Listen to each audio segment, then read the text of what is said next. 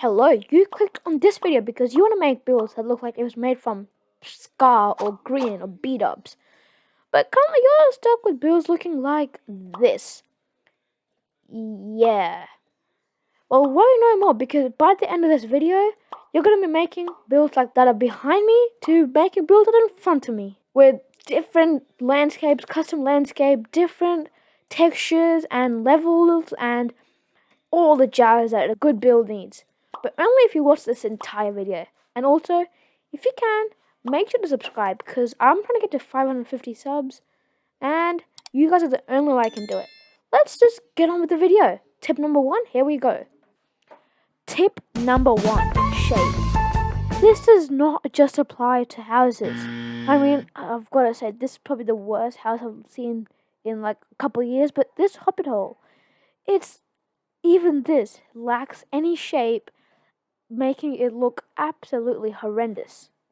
Let's change this, shall we? So I'm just gonna get a bunch of here, extending it just a little bit. It's that easy. It requires like literally no time at all. And just make it a bit different. Don't go for a 5x5 square oak wood house. No, that's not how you build. You're gonna spend a bit of effort into your build, okay? Think about it, probably planning it a little bit, but don't stick with something like before, like A few moments later. okay, shape's been changed. Go on to next tip and slash or trick for building, and that is making block pallets. Never, like ever, no matter what, use one block for your entire build. It looks so bad. So instead, make a couple of block pallets. What are block pallets, you may be asking? Well, they are basically what makes up a build. It's the blocks that are being used inside a build. Let's look at these two quick examples I made. Firstly, we've got this really basic house. The block palette for this is a bit of stone variation and a bit of wood variation. Those are base 2 blocks. Over here for the slightly larger and detailed build, not really, but if you want a fully detailed medieval house tutorial, link in the description. I've actually made one. But anyway, self-promotion aside, this is the block palette for this. We've got a lot of different kinds of spruce wood. We've got a bunch of oak wood.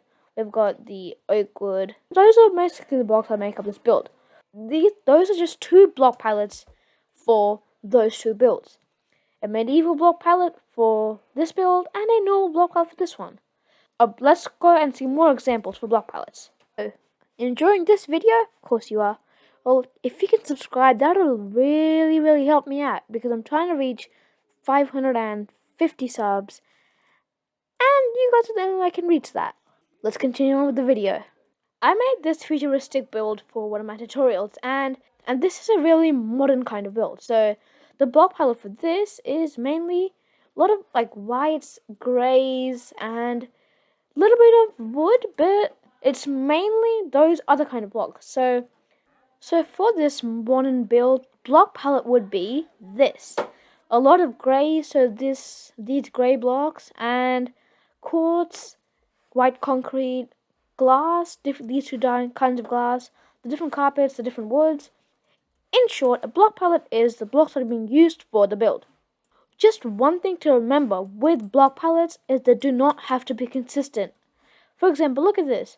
On one side we've got grey and on the other side we've got white. So block palettes should have a bit of contrast in them if you want to make the build look a bit interesting. So don't go for just all woods or just all grey kind of blocks. Go for a bit of variety and variation.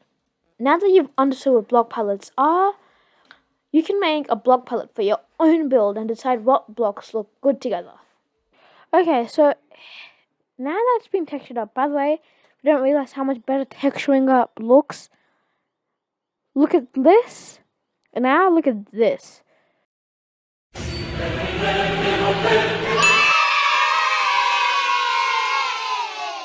Okay, so this has been textured up now. I have put in this like the roof block palette over here, and as you can see, texturing like just same colored blocks, but different of them. Look at this. It's not much detail, just a bunch of slabs and a bunch of planks, but it still looks much better than if I were to not put any of those slabs. It'll just look a bit plain. And same with over here, I have got a bunch of different textures, and same with the stone over here, a bunch of different textures. So this is looking pretty good. The texture's been done, so we can move on to the next tip. Tip number 3, details. This is probably going to be roofs or windows and mainly things like that. So here's like what it looks without details, and if you just add a little more detail like windows, roofs, maybe some support pillars, it just makes your build look a lot better. Okay, as you can see, this looks so much better than before. Hold on, here's a screenshot of before, and this is now. So basically, the details part is really important. This was what basically finishes up your build. So I'm going to quickly show you what I've got for the details. So a bunch of windows. Obviously, as you can see, I've got the roof, which is a massive improvement, and it's kind of also a must-have for a house. Over here, I've added a bunch of fences, a bunch of posts, and like a layer of slabs going around the entire house. What have we got here? We've got, a bunch of windows, an empty block that shouldn't be there, more windows, and windows is pretty much it. I've also got like these fans, I don't know, kind of see-through holes, but I've backed them up with those blocks. I don't think I can access. They're white. That's white terracotta. And oh yeah, last thing, I have actually also placed a bunch of trapdoors around all of these support pillar kind of things. That just makes it look a lot better. Next, building tip number 4: terraforming your surroundings. For those of you who are new to Minecraft, terraforming is basically changing up your mountains and rivers and all that stuff. So if I were to terraform this plain land, as you can see, it's a lot of stone. It's very boring right now. Maybe I want to make a cliff over here. So I can start placing down a bunch of dirt. We can remove this, and it's kind of landscape the environment. 1 hour later. Way too much terraforming later. Look what we've got. Whoa. That made such a big difference. What I've added here is basically a path going out here, a bunch of little rocks, but that's not a big path. So we've got a path going in there, and mountains, waterfalls. So basically what terraforming your surrounding does, it just makes your build look like it fits in. It looks like this was a hole made for a base to build in. You've got mountains covering all the sides. And by the way, for this, I did in fact use world edit. So if you're making a house just in your creative world, you can use world edit, and that really just helps terraform your surroundings. Now I've just got 2 more mini tips to go through. Okay, tip number 4.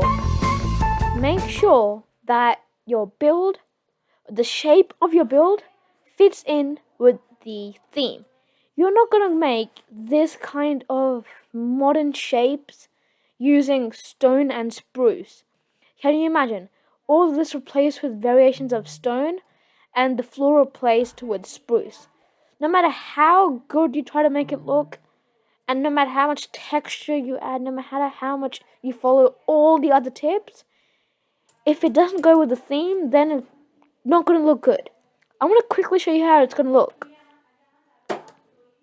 Old and miserable. So yeah, make sure the blocks you're using for your build fits in with the shape. Now we can swiftly move on to the last tip, I'm not counting anymore, which is surroundings. When you're building your base or your house or whatever you're building, make sure it kind of fits in with the surroundings. Even though you can terraform, what I'm saying is the biomes. For example, this is a jungle treehouse, so you're not going to put this anywhere but in a jungle biome. I know this doesn't look the best, but can you imagine this in a desert biome or a savanna? It'll just look so much worse. Same with a medieval house. You want to build a medieval house in a spruce kind of forest, because that's basically what medieval houses use for the box. You're not going to want to make a medieval house in a plains biome. It's just, no, that does not go well. So that's the last tip for this video. Make sure that the base or house you're building fits in with the surroundings. And that is it for this video. We went through 5 different ways to make your builds look much better. And if you did enjoy this video and wanted to see more like these, make sure to subscribe. It really helps me out. I'm currently at 535 subs. If you can get me to 550, that'll be amazing. By the way, I've got a Discord server, so link in the description for that. See ya.